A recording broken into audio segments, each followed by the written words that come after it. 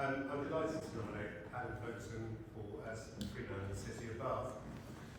Adam deservedly holds and carries unique respect in the hearts and minds of the people of Bath. People who have never met him know his name and his book, The Sack of Bath, which more than 50 years after its publication is still regularly talked about by people of all ages and in England. The world-famous City of Bath is revered for its urban planning, its iconic buildings, and as a place built by intent to be beautiful. It is now celebrated as one of the finest feats of architecture in the world, an accolade it is easy to take for granted. But as we all know, over 5 dark years between 1968 and 1973, large swathes of the Georgian city were pulled down and lost forever. Adam's seminal book, The Sack of Bath, captured this loss, and his own visceral anger, clearly expressed in the book, ignited similar emotions in people in Bath and across the country. And it ultimately inspired change in people's thinking to awaken an understanding of conservation and the need to protect our built heritage. Adam was not alone with his anger. Lord Snowdon, Sir John Betjeman, Prince Charles, Ruth and Peter Cord, and many, many others. And of course the trustees and many members of Bath Preservation Trust. Together, they united to demand a stop to the destruction and to campaign for the protection of the city. They were all inspired by the need to conserve and to love the architecture and design quality which Bath has in spades, and for what it offers to the world. And now, a little more than 50 years on, the fruits of their endeavour, Adam's endeavour and care, are evident for everyone to see. Bath is a double inscribed World Heritage Site. The first inscription, covering the entire city, was awarded in 1987. This would not have happened if it had not been for Adam's book rousing such an emotive and impassioned response. Millions of people now visit each year to enjoy the splendour, the beauty, and the unique sense of being one of the most highly conserved urban environments in Britain, or indeed in the world. Buildings have been cleaned of their blackened facades, and the Georgian heritage, which was once so threatened and once disregarded by many, is now the most loved and cherished and sought after. People care about the city, and they care about its future. 50 years on, and our work, so invigorated by Adam's commitment and support, is still relevant today. We conserve and we celebrate our built historic environment and challenge inappropriate development and ensure our heritage is cared for appropriately and properly. After all, we only have one past that have the luxury of choice about what future we want. And thankfully, we're a world away from the destruction of the early 70s. When I look through the list of those individuals who've been made a Freeman in the past, I see that you're in very good company. There are politicians such as the Right Honourable Winston Churchill, military officers including Admiral Nelson, Olympic and Paralympic gold medalists, world-winning rugby players, and TV personalities. But what stands out to me when you look through the list, in your case, Mr. Fergusson, you've had an impact on the physical fabric of the city like none of your fellow freemen. Bath today would simply not be the same had it not been for your intervention.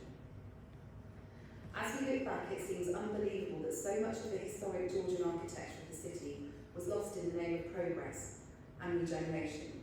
Historic preservation seeks to preserve, conserve and protect buildings of historical significance that in the past has tended to focus on landmarks and listed buildings only. 51 years ago, Adam's shock at what was happening in the city prompted him to write Sack of Bath. This powerful record of the destruction of swathes of the Georgian city in the late 1960s and early 70s provoked a very strong response in many people.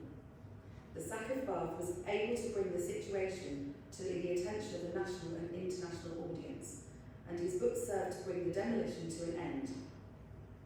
Adam's intervention without doubt helped to save much of Bath and was instrumental in the fact that so much was earmarked for demolition still exists today.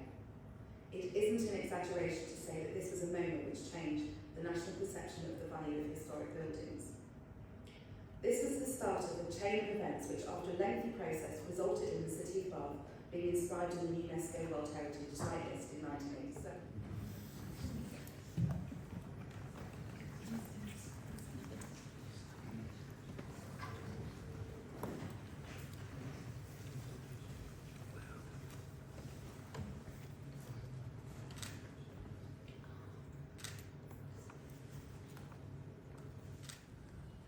I've experienced, as you can imagine, a heady mixture of humility and pride, humility in being given this great honor, and pride in receiving it, knowing that more than 50 years ago, in helping to alert the wider world to the dire threat that was facing Bath then, I was quite simply the messenger, whereas the soldiers in that battle were those in the front line at the rock face, the preservers and the conservers, especially in the Bath Preservation Trust.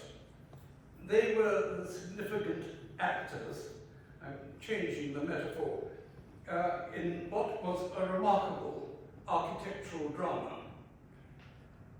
They were struggling at their own expense and in their own time against the pretensions of the usually eminent professional vandals of the day, by whom the council had hoped to be wisely guided. Time has eclipsed most of these people, while the vital task of cherishing and preserving this beautiful place goes on and is in your hands. Tradition has it that a messenger bearing bad news, which I did, tends to get shot. So I suppose I was lucky in the early 70s to survive unharmed the anger, the harsh words, the wounded egos, salvos of insults and charges of partiality and exaggeration flying about overhead.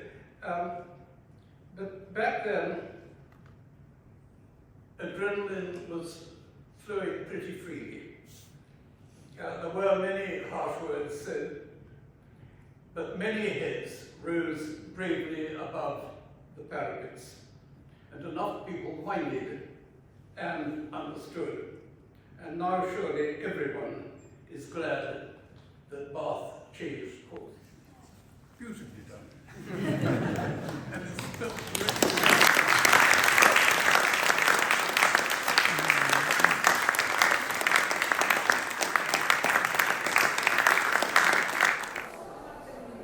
Adam, you're billed as the man who saved Bath.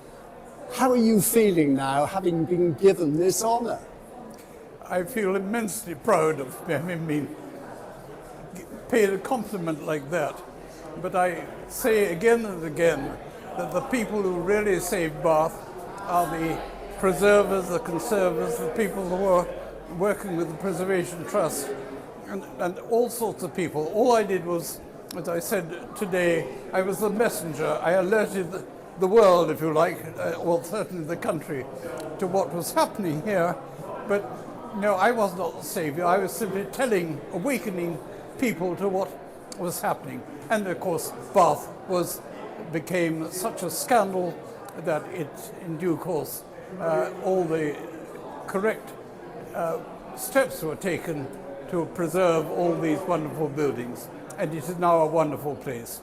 Your book was very much the pebble in a pond, because the ripples spread out, and the whole conservation thing wasn't just Bath, was it? I mean, there was a whole change around the whole country. No, it was a cause célèbre, and what happened to Bath then began to happen in other cities as well, and it spread to France and Germany, even America.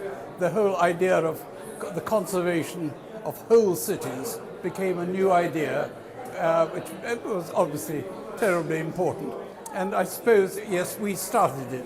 Not I started, we started it here in Bath. That's what I think. Can I just ask you whether, hand on heart, everything is as you would like it to be, or are there still a few thorns in your side? this was 50 years ago.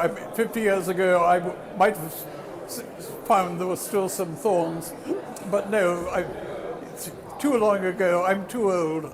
I don't want to take part in quarrels. But of course, at all times, there are some problems with planning, which people will approve of, people will hate, and there will always be thorns, if you like. But no, Bath is preserved. It's fairly safe. Certainly, as a city, I know there are problems about the surrounding countryside, but that's another matter, and not for me anyway. I looked up the original Sack of Bath 1973 edition on eBay, and are you surprised to know your book now is fetching something like £80 a copy?